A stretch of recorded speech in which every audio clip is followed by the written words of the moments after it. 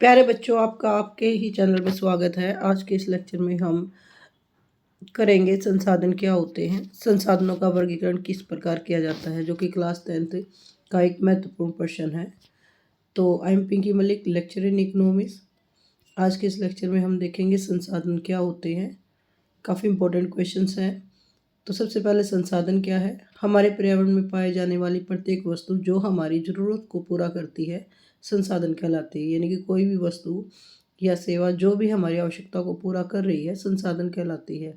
संसाधन होने के लिए किसी वस्तु के की यह शर्त होती है कि वो वस्तु तकनीकी रूप से सुगम हो, यानी आप उसको आसानी से प्राप्त कर सकते हो, आर्थिक रूप से उपयोगी होनी चाहिए और सांस्कृतिक रूप से मान्य होनी चाहिए। संसाधन के गुण यही हैं। सबसे पहले संसाधन उपयोगी होना चाहिए। संसाधनों की जो उपयोगिता है वो विज्ञान एवं तकनीकी विकास के साथ बदलती रहती है। जैसे जैसे विज्ञान और तकनीकी विज्ञान विकास होता है तो जो संसाधन है उनकी उपलब्धता भी बढ़ती रहती है। थर्ड है, जो संसाधन है वो सीमित मात्रा में होते हैं। हमेशा हमारी जो आवश्यकता है वो अधिक होती है और जो संसाधन है वो सीमित होते हैं। आगे देख लेते हैं संसाधनों का वर्गीकरण किस प्रकार किया जाता है। तो संसाधनों को अलग अलग तरह से बांटा जा सकता है। पहले है उत्पत्ति के आधार से, यानी कि जो संसाधन हमें प्राप्त हुआ है वो कहाँ से प्राप्त हुआ है, जैविक या अजैविक। कई बार एक नंबर में एक क्वेश्चन भी आ जाता है, जैविक संसाधन और अजैविक संसाधन क्या है।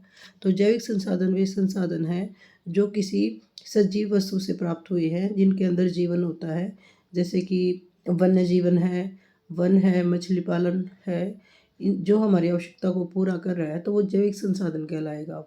और अजैविक संसाधन वो होगा जिसके अंदर जीवन नहीं है, जैसे मिट्टी है, पहाड़ है। सेकंड है समाप्ति के आधार पर, यानी कि वो संसाधन जो समाप्त हो सकते हैं या नहीं हो सकते हैं। तो दो भागों में बांटा जाता है, नवीनीकरण संसाधन और अनवीनीकरण संसाधन। ये भी क्वेश्चन आ जाता है, नवीनीकरण संसाधन किसे कहते हैं या अनवीनीकरण संसाधन किसे कहते हैं, या इन दोनों के बीच में जो डिफरेंस है वो काफ़ी इंपॉर्टेंट होता है। तो नवीनीकरण संसाधन वे संसाधन होते हैं जिन्हें दोबारा प्राप्त किया जा सकता है। नवीनीकरण संसाधनों का एक बार प्रयोग करके हम दोबारा प्रयोग कर सकते हैं। सोलर सिस्टम यानी कि सौर ऊर्जा है, उसका प्रयोग आप करते हो तो उसको दोबारा प्राप्त किया जा सकता है। यानी कि ऐसे संसाधन जिनको समाप्त होने के बाद भी दोबारा प्राप्त किया जा सकता है। जबकि जो अनवीनीकरण संसाधन वे संसाधन होते हैं जिनका एक बार प्रयोग करने के बाद वो समाप्त हो जाते हैं, उन्हें दोबारा प्राप्त करना आसान नहीं होता है। आगे है स्वामित्व के आधार पर।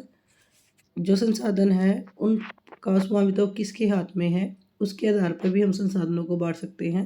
तो स्वामित्व के आधार पर चार भागों में बांटा जाता है, व्यक्तिगत, सामुदायिक, राष्ट्रीय तथा अंतर्राष्ट्रीय। व्यक्तिगत यानी कि किसी व्यक्ति का निजी अधिकार है संसाधन पर, सामुदायिक किसी समूह का है, या राष्ट्रीय किसी देश का अधिकार है, तथा अंतर्राष्ट्रीय पूरे विश्व का अधिकार है। तो इस तरह भी हम संसाधनों को बांट सकते हैं कि कोई भी संसाधन किसी व्यक्ति का है, किसी समूह का है, या किसी देश का है, या पूरे विश्व का है। आगे विकास के आधार पर। विकास के आधार पर हम बांटते हैं कि संसाधनों का विकास हो चुका है या होना अभी बाकी है। तो संभावित संसाधन उन्हें कहते हैं जिनके संभावना होती है कि आगे हम उनका संसाधन के रूप में प्रयोग कर सकें। जैसे पवन ऊर्जा है, उसका तकनीकी विकास के साथ हम उसका आगे प्रयोग कर सकते हैं। विकसित संसाधन वे संसाधन होते हैं जिनका पहले से ही विकास हो चुका है। थर्ड है भंडार और संचित कोष, जिनके भंडार है हमारे पास उपलब्ध, उनका हम तकनीकी प्रयोग करके उपयोग कर सकते हैं। नेक्स्ट है,